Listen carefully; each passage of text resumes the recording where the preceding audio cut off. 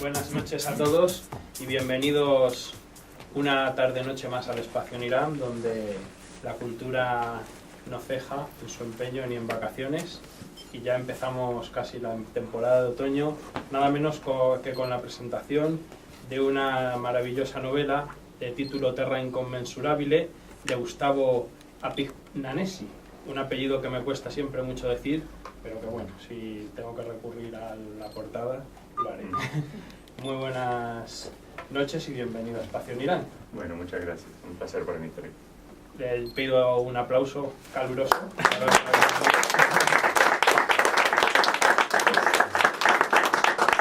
Y también nos acompaña otra colaboradora y contertulia habitual, nada menos que la artista plástica Rita Martorell, una artista de sobrada y probada trayectoria que colabora habitualmente con nosotros y que tenemos hoy también el gusto de contar con su siempre grata presencia, y para la que también pido un aplauso, como no podía ser menos.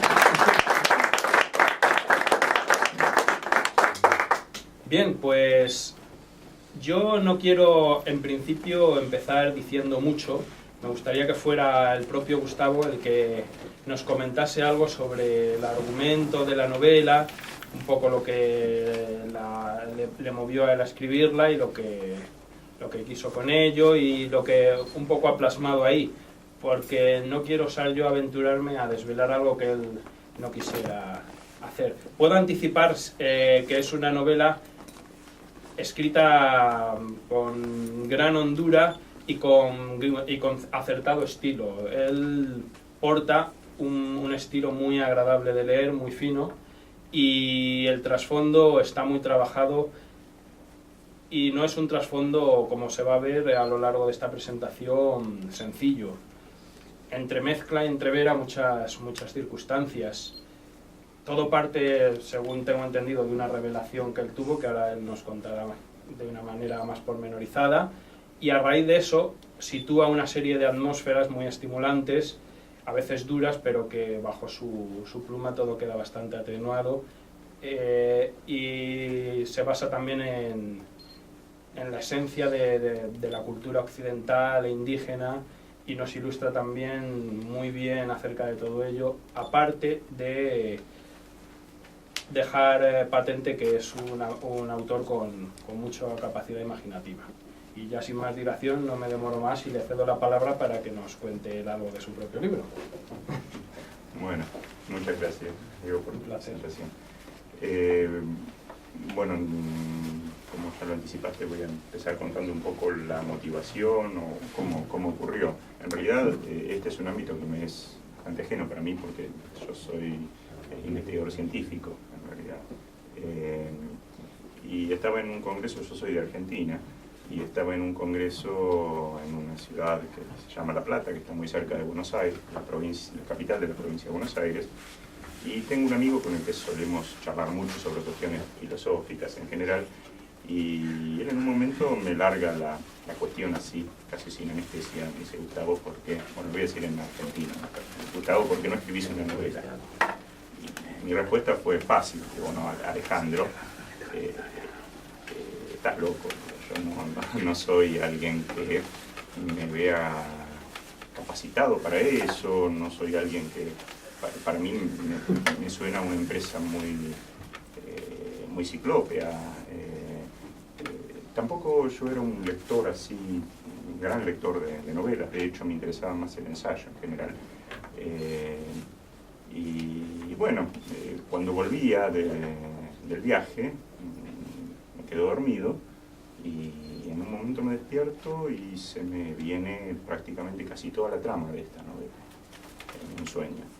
Y bueno, sentí como que era abortar una criatura, no empezar a escribir. Y empecé a hacerlo con voracidad en ese momento, ¿no? Y después continué un poco con el trabajo sin mayor expectativa, no pensaba plasmar la novela, realmente empecé a ver qué era lo que sucedía, pero me fue interesando mucho realmente, me fui involucrando mucho y realmente lo disfruté sobremanera. Y bueno, así se plasmó esta novela, que en realidad tiene una motivación de índole filosófico. Yo quería básicamente decir algunas cosas que en realidad tienen que ver con lo indecible.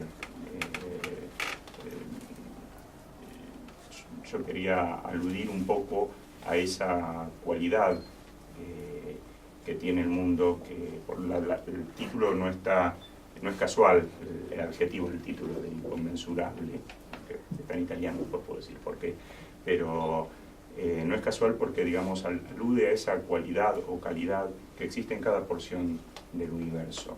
Y bueno, yo siempre pensaba que el ensayo era el modo más natural de hacerlo, pero me fui encontrando, después fui descubriendo virtudes en la palabra poética que me sorprendieron realmente. Hablando, parafraseando un poco a escritor argentino, a Jorge Luis Borges, él nos dice, nos habla de una, en la esfera de Pascal, nos dice Borges que de alguna manera la historia de la humanidad podría de algún modo resumirse a la enunciación de unas pocas metáforas, ¿sí? Y nos refiere a la historia de la esfera de Pascal o la esfera mística, que tiene que ver con esa afirmación que se soltó en la Grecia primitiva, ¿sí? Que dice que, contraponiéndose a los tan humanizados dioses homéricos, dice que Dios es una esfera cuyo centro está en todas partes y su circunferencia en ninguna, ¿sí? Es decir, nos habla de un centro que sustantiva, que da sentido a sus diversas manifestaciones, que son infinitas, porque la superficie es infinita, la circunferencia de la esfera es infinita, pero están limitadas por ese centro, es decir, un centro que se manifiesta en cada porción, ¿sí?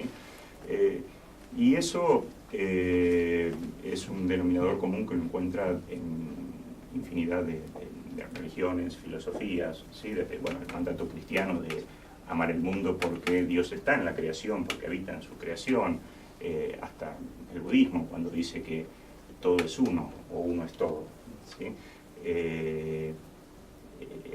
Esa cuestión que tiene que ver con esta calidad o cualidad que digo de la inconmensurabilidad, es decir, que cada porción del universo en realidad es ingentemente bella, ingentemente profunda. Y bueno, esas metáforas no querría corregir, evidentemente, Borges, pero uno se encuentra que con el tiempo las metáforas a veces se van gastando, o se van cambiando y se van reduciendo, porque, por ejemplo, es muy interesante, hace poco estaba trabajando un poco sobre el concepto de la solidaridad, y me encontraba que la acepción hoy del diccionario sobre la solidaridad tiene que ver con la adhesión a la empresa o causa de otros. ¿Sí? Un significado tremendamente aséptico, en realidad. Bueno, tiene mucha relación con lo que hoy en realidad vivimos. Pero si uno va, por ejemplo, a la fuente, va a la etimología, ¿sí? La solidaridad viene de las palabras de sólidas, ¿sí? Que tiene que ver con sólidamente unido. Entonces la solidaridad deja de ser eso que decía el diccionario en ese contexto y tiene que ver con un reconocimiento de una esencia común. La cuestión que a mí me interesaba era pensar cómo, de alguna manera, nosotros vivimos en una sociedad que hace uso de una cuestión que sería un reduccionismo filosófico, que lo que hace es reemplazar a cada una de las cosas por etiquetas, ¿sí? Por reducciones, y nosotros nos terminamos relacionando con cada una de esas cosas, digo cosas de modo muy genérico, nos relacionamos con las personas, con los árboles, con lo que fuere. Pequeñas, ¿sí? Convenciones. Sí, y nos llevan a relacionarnos de un modo muy frío, porque en realidad nosotros reemplazamos esas cosas por etiquetas y después le terminamos de amputar su sustancia, ¿sí? Entonces, si nosotros fuéramos conscientes de esa inconmensurabilidad, de esa belleza que mora en cada porción del universo, nosotros tenemos una forma de relación completamente distinta, ¿sí? Mucho más profunda. A eso es a lo que de alguna manera quería aludir, que por ahí pongo mucho el acento en eso ahora, pero en el libro trato de que sea muy subyacente, ¿sí? muy tenue, de simplemente sugerirlo. En realidad el libro es una historia que transcurre en el encuentro de culturas, de la conquista de América, y tiene, digamos, elementos de una novela histórica, ¿sí? Con aventuras, y en la cual uno trata de entretejer un poco este tipo de de cuestiones. Así que, bueno, no sé si... Sí, y los personajes hallan ese momento en el que no saben discernir y que denominan terra inconmensurable en muy distintos contextos, ¿no? Sí, sí, porque los modos de acceso a ese tipo de nociones pueden ser muy diversos, digamos. Uno de los personajes lo halla por ejemplo, en la música, otro la matemática. lo halla en la matemática, otro lo halla en el amor sexual. Es decir, digamos, los modos de acceder a ese tipo de noción pueden ser muy distintos, pero tienen que ver con una cualidad que puede ir descubriendo ese personaje, que cuando uno se abandona por completo, empieza a ser mucho más permeable a ello.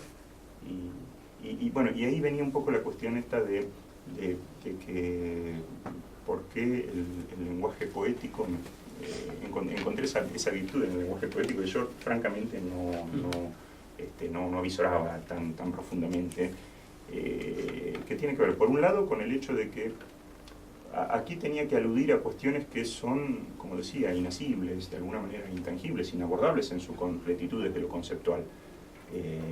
Entonces necesitaba el modo alusivo y necesitaba una atención que es distinta de la del lector de un ensayo, porque un ensayo lo hace con un espíritu crítico muy elevado, digamos, y yo necesitaba tocar la fibra íntima, porque el modo alusivo lo que hace es generar, es evocar experiencias. Yo creo que este tipo de emociones, de alguna manera, en distinto grado, todos las tenemos o las hemos tenido en algún instante de nuestra vida. Entonces, el modo alusivo nos ayuda a situarnos ante las puertas de este tipo de cuestiones. Además que, bueno, en ese sentido, digamos, el lector de una novela es mucho más permeable, está mucho más relajado, mucho más claro, abierto. la novela como género da cabida a un arco mayor de estilos literarios y de géneros. Sí, claro. sí, y eso incluso me llevó a una conclusión aún más fuerte, porque no necesariamente cuando uno tiene que eludir a estas cuestiones, yo creo que la palabra poética posee una potencia muy fuerte, en el sentido de que de la búsqueda de la belleza, ¿sí? La belleza es algo muy fuerte, contundente, muy convocante, digamos, la belleza nos toca y nos convoca irremediablemente, ¿sí? Pero por su parte es inacible en sí misma. Y yo acá me refiero más que a la búsqueda, cuando uno entiende a la literatura de ficción como la búsqueda de la belleza, pero no solo la búsqueda de la belleza en el decir, en el modo de decir, sino que la búsqueda de la belleza en lo dicho, ¿sí? Ahí lo interesante es que la palabra poética lo que hace es, de alguna manera, nos ayuda a encontrar esa belleza que anida en cada uno de los rincones del universo, a lo más cotidiano, a lo más coyuntural, digamos. Cuando un autor habla de su madre, de un perro, de un árbol, de un pájaro, de lo que fuere, ¿sí? Por ahí nos está hablando de cuestiones que nosotros ignoramos a cada paso en nuestra vida, ¿sí? Porque se ha perdido poesía en la vida diaria, ¿no? A lo mejor. Sí, y eso nos llama, digamos, de alguna manera, la palabra poética, al instalarlo y al mostrarnos esa belleza inherente que nosotros ignorábamos, lo resignifica completamente. Es más, tiene más que ver con la mirada de los niños. Los niños a todo lo abordan con esa forma tan pura del aprendiz, ¿no? Del que se quieren beber de todo. Y realmente cuando uno hace eso tiene una visión completamente distinta a esa visión reduccionista que decía al principio. Tiene que ver con que uno se enfrenta ante algo que sabe como ingentemente bello, como ingentemente profundo, uno se relaciona de un modo completamente distinto. Tiene que ver con... No puede hacerlo si no lo hace en la humildad, no puede hacerlo si no lo hace en la libertad, en la sensibilidad. Es decir, la única posibilidad que cabe es la condición de amante, digamos. El amante del mundo es el que tiene ese tipo de visión. Entonces, en todo sentido, digamos, a veces involuntariamente la palabra poética nos llama la atención de todo lo que nos estamos perdiendo a cada paso, ¿sí? Aun cuando hable de lo más trivial, el resignificarlo y el mostrarnos su contenido, creo que tiene un aliento filosófico profundísimo, digamos, y es más, tiene una impronta ética muy fuerte, ¿sí? Porque hace que nos relacionemos con ese objeto, ¿sí? O con lo que fuere, de una manera muy profunda y distinta a la habitual. Bueno, queda claro que Gustavo es un gran divulgador, ¿eh? Un científico y un gran divulgador. Yo ahora, si me permites, tomando el hilo de lo que acabas de decir, yo me he tomado la libertad esta tarde de escribir algunas líneas con respecto a lo que yo he podido percibir en la novela y en tus acotaciones, y voy a tomarme la libertad de leerlo antes de cederle la palabra. Gustavo Apignanesi comparece hoy ante nosotros con un sugerente libro bajo el brazo, Terra Incommensurabile. Tal expresión, además de constituir un sonoro título, refiere un estadio solo perceptible de una manera trascendente. Sería más una sensación fronteriza, la cual nos ocultan las triviales circunstancias que nos suelen adornar. Por ello, es el prurito de nuestro autor transparentar las esencias de lo vivencial y no tanto su carcasa. Así las cosas, me atrevería a decir que nos hallamos ante una novela especulativa, empleando aquí el adjetivo de una manera muy distinta a aquella tan pujante hoy referida a lo acaecido en los mercados secundarios y muchas veces en los primarios. Pero aplicado a la novela de Apignanesi, se vería encauzado a más hondos propósitos. Otro adjetivo con la misma raíz sería especular, pues la novela que hoy nos convoca es el reflejo de una revelación en el espejo de las más hermosas letras. Luis Racionero avisaba de que la filosofía se ha estancado, siendo su último gran sistema el hegeliano. Hoy se orienta hacia la ciencia o hacia la ética. Yo diría que el trasfondo filosófico de Terra Incommensurabile se dirige más hacia la lírica, cosa que voy a retomar ahora. Esta novela, como apunto, es ensayística, lírica y especulativa. Sus motivos vertebradores parten de un estado conturbado de su autor. Las indagaciones del narrador se objetivan en representaciones de gran plasticidad. Ahora bien, aquí la poesía es transparencia, ausencia de sombra. El lenguaje poético busca hacer esencial aquello existente, pero invisible a los ojos de la convención. El lenguaje de Terra Incommensurabile es lírico y sugerente, pero hay una hondura poética que discurre por los cauces de la narratividad novelística.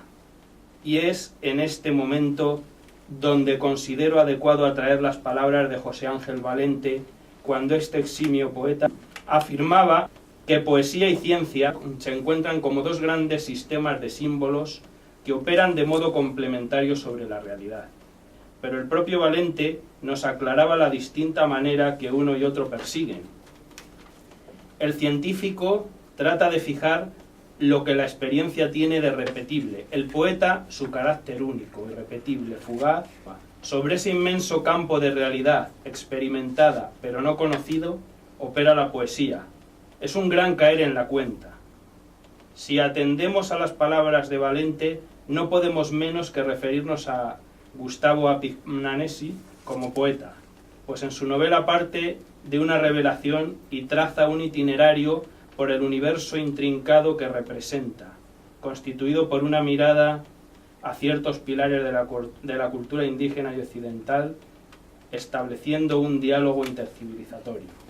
Cuando los temas abordados se tornan más bruscos o escabrosos, la voz literaria de Gustavo, deliciosamente atenuante, se torna más amable mediante su acariciadora sintaxis a flor de lírico acierto narrativo. Sí, yo quería preguntarle si, digamos, la necesidad de escribir esta novela ha sido en el sueño que usted nos ha citado anteriormente, o ha habido algo más. Si fue el origen el sueño o... No, el origen del sueño fue el vehículo, en realidad. Se constituyó en una novela por el sueño.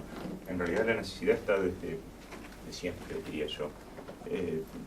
Alguna vez he escrito algo en términos de ensayo, algunas cosas sueltas por allí. Yo nunca creo tener mucho para decir. Creo que hay una sola cosa que quiero decir, y lo quiero decir de todas las maneras posibles. Es decir, a falta de una mayor elocuencia, al menos queda la redundancia, ¿sí? Uno trata de decirlo con la mejor voz que pueda, digamos, básicamente, y las veces que pueda hacerlo. Eso viene de siempre, es decir, no parte del sueño la necesidad. La necesidad es visceral, realmente fue siempre visceral. El sueño sí fue el vehículo extraño para mí en el que, bueno, esto se encauzó. ¿Y ha habido también intuiciones a la hora de escribir conductivo? Sí. Eso mucho tiene que ver con lo intuitivo. Sí. Tuvo que hacer mucha investigación, obviamente, porque la cuestión es compleja cuando uno quiere versar sobre este tipo de cosas, más en una novela de ficción, donde por ahí nos hemos pasado hablando de cuestiones que son muy sutiles en la novela. Digamos, la novela, la idea es tratar, o por lo menos mi idea fue tratar de que se leyera y discurriera de manera ágil, y que el trasfondo, si se quiere, estuviera muy sutilmente enhebrado, porque no es una moralina, digamos. La idea era que uno busca que le sucedan ciertas cosas que al lector, digamos, busca evocaciones, busca incluso complicidades, del modo más sutil posible, digamos. Todo esto tiene que ver con algo muy experimental, digamos, la forma esa de relacionarse con el mundo, uno no se la puede contar a nadie. Quería preguntarle también qué referencias literarias ha tenido como escritor y si concretamente alguna le ha influenciado para escribir. Bueno, como hoy decía, no soy un gran lector de ficción, pero yo creo que, bueno, Borges sí es una referencia muy fuerte. El lenguaje borgiano es fabuloso y es muy profundo, muy conceptual. Pero bueno, hay muchas referencias, algo de Bertrand Russell. ¿Y en algún momento el arte le ha influenciado también para escribir? Sí. Yo creo que el arte, digamos, por ejemplo, la conceptualización que logra una pintura puede ser similar a la conceptualización que uno logra en ciencia, no con una ecuación.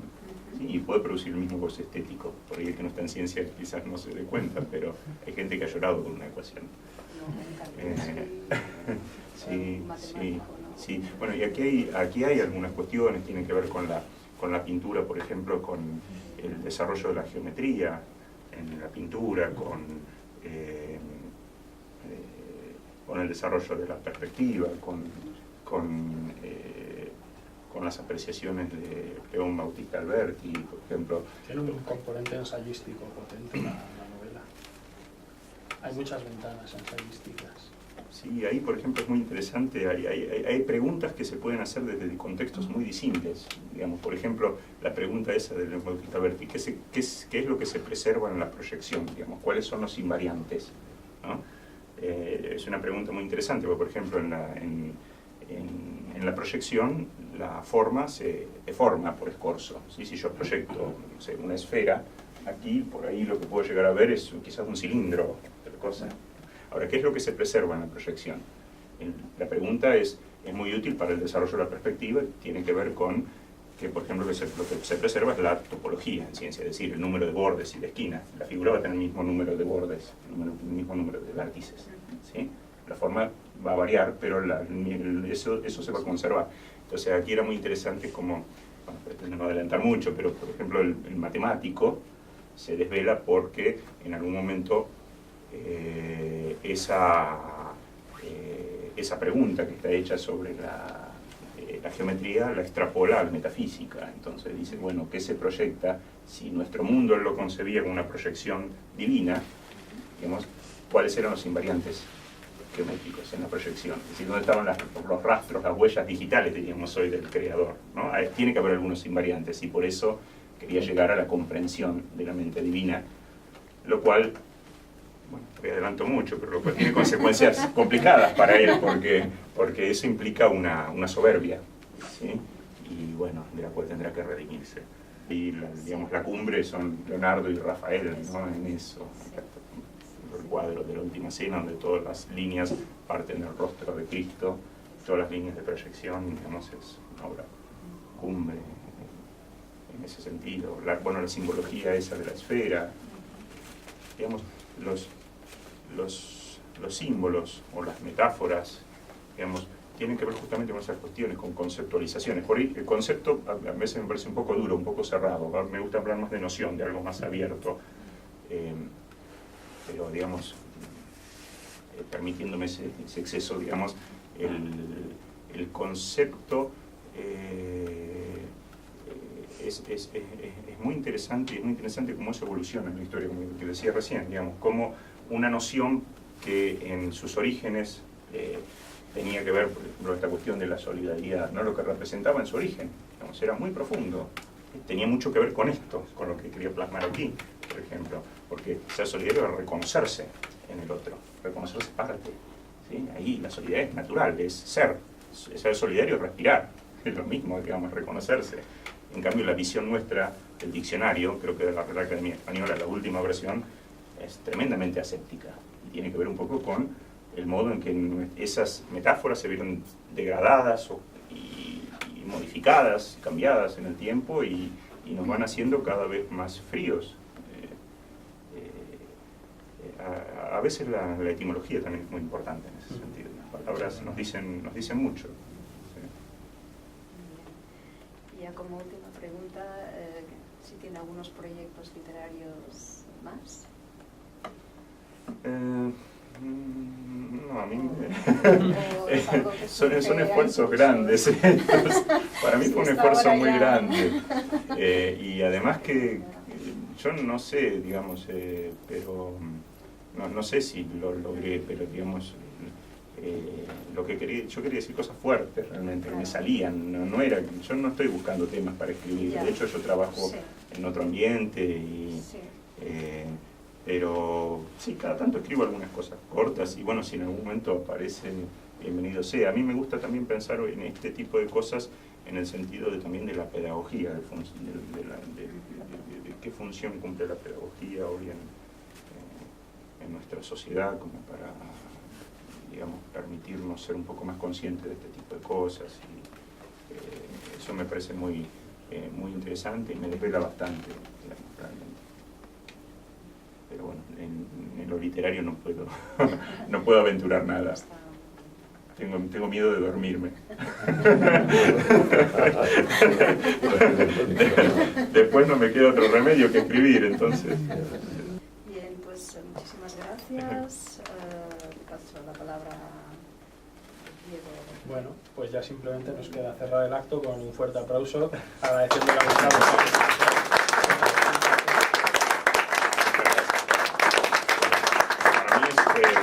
Un privilegio, y bueno, y realmente tu presentación fue conmovedora. Muchas gracias.